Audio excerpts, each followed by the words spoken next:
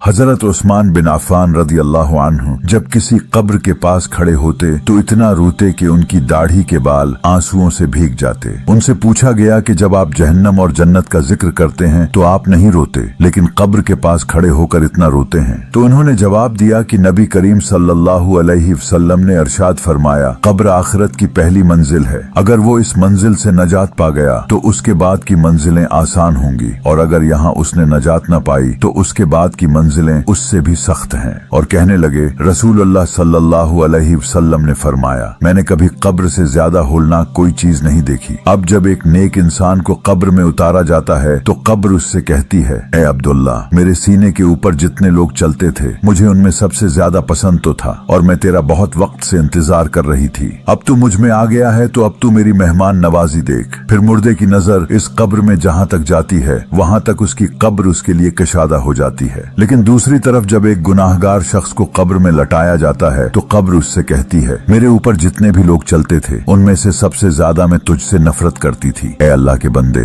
मैं तुझे सबसे ज्यादा नापसंद करती थी और मैं तेरा बहुत वक्त से इंतजार कर रही थी। आज जब तू मेरे अंदर आ गया है तो अब तू मेरा गजब देखेगा, मेरा गुस्सा देखेगा। और फिर उसके बाद कब्र इस गुनाहगार शख्स को इतनी जोर से जकड़ेगी कि उसकी पसलियां एक दूसरे के अंदर घिस जाएंगी। जब नबी करीम सल्लल्लाहु अलैहि वसल्लम सब कुछ बयान कर रहे थे तो आप सल्लल्लाहु अलैहि वसल्लम ने अपने दोनों हाथों की अंगुलियों को इस तरह आपस में घुसाकर बताया कि इस तरह से पसलियां आपस में घुस जाएंगी। उसके बाद मुनकर और नकीर आएंगे, जिनके बारे में बताया गया है कि उनकी आंखें बिजली की तरह चमक रही होंगी और उनकी आवाज बिजली की गरज जैसी होगी। उनके दानत बेल के सेंगों की तरह होंगे और उनके बाल उनके पैरों तक पहुंच रहे होंगे। इनके एक कंधे से दूसरे कंधे का फासला बहुत ज्यादा होगा, इतना ज्यादा कि अगर कोई शख्स उनके एक कंधे से दूसरे कंधे तक जाने की कोशिश करे तो उसे कई दिन लग जाएं। फरमाया कि मुनकर और नकीर के दिल में जरा बराबर भी रहम नहीं होगा सिवाय मोमनीन के लिए। मुनकर और नकीर हर मुर्दे के पास जाएंगे और मुनकर व नकीर दोनों के हाथों में एक स्टील का हथौड़ा होगा। वो हथौड़ा इतना भारी होगा कि अगर पूरी दुनिया के जिन और इंसान मिलकर भी इस हथौड़े को उठाने की कोशिश करें तो उठाना तो दौर की बात, उसको जरा बराबर अपनी जगह से हिला भी न सकें। मुनकर और नकीर जब कब्र में एक गुनाहगार शख्स के पास जाएंगे तो इस तरह से जाएंगे कि उसके जिस्म की एक एक हड्डी टूटने लगेगी और उनके गजब और गुस्से को देखकर इस शख्स पर बेहोशी तारी होने लगेगी। मुनकर और नकीर हर मुर्दे से 3 सवाल करेंगे, मन रब्बुका, तुम्हारा रब कौन है? मा दीनुका, तुम्हारा दीन क्या है? मन नबीयुका, तुम्हारा नबी कौन है? मुनकर और नकीर कहेंगे, यहाँ देखो, पहचानो तुम कहाँ हो, इधर उधर देखो, दुनिया की जिंदगी खत्म हो गई है और अब तुम कब्र में हो, हमें बताओ तुम्हारा रब कौन है? अब ऐसा बिल्कुल नहीं है कि हर कलमा पढ़ने वाला मुसलमान इन 3 सवालों के जवाब आसानी से दे देगा, बल्कि इन 3 सवालों के जवाब सिर्फ वही मुसलमान दे पाएगा जिसने उस दुनिया के अंदर अल्लाह की मानी हो, दीन की मानी हो, नबी की मानी हो, ना कि अपने नफ्स की मानी हो, ना कि अपनी ख्वाहिश की मानी हो,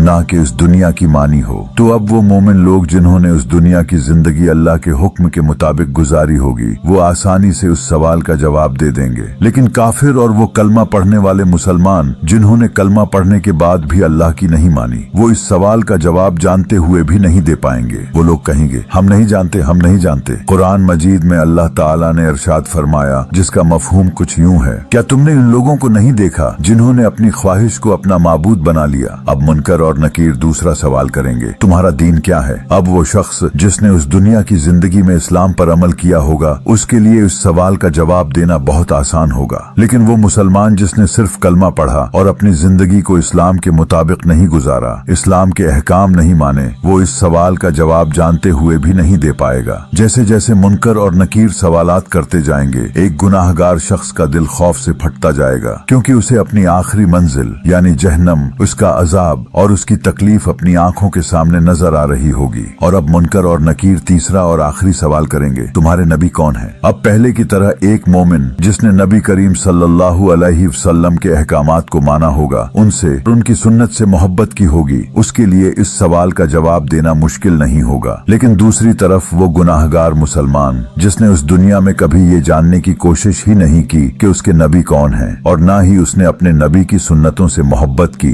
ना उनके अहकामात को माना, और वो अपने नबी को फॉलो करने के बजाय इन लोगों को फॉलो करता रहा, उनको अपना रोल मॉडल बनाता रहा जिनका दीन से कोई लेना देना नहीं था, तो वो इस सवाल का जवाब जानते हुए भी नहीं दे पाएगा। फिर मुनकर और नकीर इस बड़े हथौड़े से जो उनके हाथ में होगा इस शख्स पर इतनी जोर से मारेंगे कि पूरी कब्र में चंगारियां फैल जाएंगी। और फिर मुनकर और नकीर उस शख्स से कहेंगे ऊपर देखो, और जब वो ऊपर देखेगा तो जन्नत के दरवाजे उसके सामने खुल जाएंगे। वो जन्नत को देखेगा और जन्नत की नेमतों को देखेगा। फिर उससे कहा जाएगा, ऐ अल्लाह के दुश्मन, अगर तू दुनिया में अल्लाह की मान कर चलता तो ये तेरी मंजिल होती, ये तेरा मकाम होता। नबी करीम सल्लल्लाहु अलैहि वसल्लम ने अपनी जिंदगी की कसम खाई और फरमाया, उस वक्त उस मुर्दे को जो अफसूस होगा वो उसकी जिंदगी का सबसे बड़ा अफसूस होगा, क्योंकि वो शख्स जन्नत को खुद से दूर जाता हुआ देख रहा होगा और जहन्नम को अपने करीब आता हुआ देख रहा होगा, और वो जानता होगा कि अब उसके साथ क्या होगा, कितना बुरा और दर्दनाक अजाब होगा। फिर उसके सामने जहन्नम के दरवाजे खोल दिए जाएंगे और जहन्नम की गर्मी और आग उसकी कब्र में दाखिल होती जाएगी और उसके जिस्म को जलाती जाएगी। ये सिलसिला इस वक्त तक जारी रहेगा जब तक कयामत नहीं आती। फिर उन 3 सवालों के बाद एक सदा लगाई जाएगी, एक आवाज आएगी, यानी उस शख्स को जहन्नम के कपड़े पहना दिए जाएं और जहन्नम का लिबास पहना दिया जाए। गुनाहगार शख्स की कब्र में एक शख्स दाखिल होगा। फरमाया गया वो शख्स बहुत ही खौफनाक शक्ल का होगा, उसका लिबास बहुत गंदा होगा और उसमें से सख्त गंदी बदबू आ रही होगी। वो शख्स कहेगा मुबारक हो,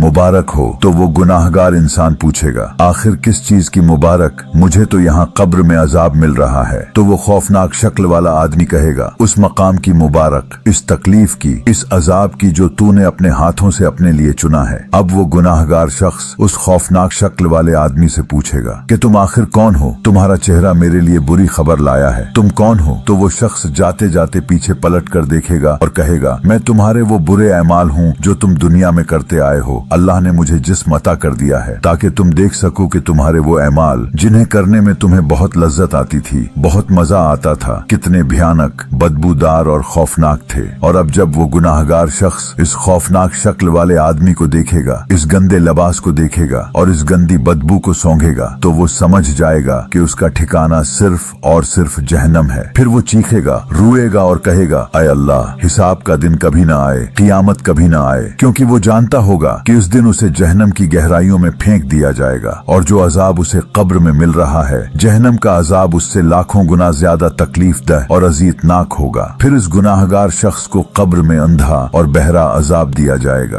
अंधा और बहरा अजाब यानी फरिश्ते जो उसे हथौड़े से मार रहे होंगे, न उसकी तकलीफ देखेंगे, न उसकी चीखें सुनेंगे और बस कयामत तक उसे मारते और सजा देते जाएंगे। कहा जाता है कि जिस हथौड़े से उस शख्स को अजाब दिया जा रहा होगा, वो हथौड़ा अगर किसी बड़े पहाड़ पर मारा जाए तो वो पहाड़ रेजा रेजा हो जाए और इस शख्स की चीखें जिन्नों और इंसानों के अलावा दुनिया की तमाम मखलूकात सुन रही होंगी। फरमाया कि 999 अजदहे एक गुनाहगार शख्स पर छोड़ दिए जाएंगे जो मुसलसल उसे डस रहे होंगे। इन सांपों का जहर इतना सख्त होगा कि अगर वो जमीन को एक बार भी काट लें तो कियामत तक जमीन से कोई फल या पौधा न निकले। ये सब कुछ सुनने के बाद भी अगर आप खुद को नहीं बदलते तो शायद आपको अपनी जात से मोहब्बत नहीं। ये वीडियो मेरे और आपके और बाकी मुसलमानों के लिए भी जरूरी है। इसे सदका जारिया समझकर जरूर आगे शेयर करें। अल्लाह हम सबको हदायत अता फरमाए। आमीन।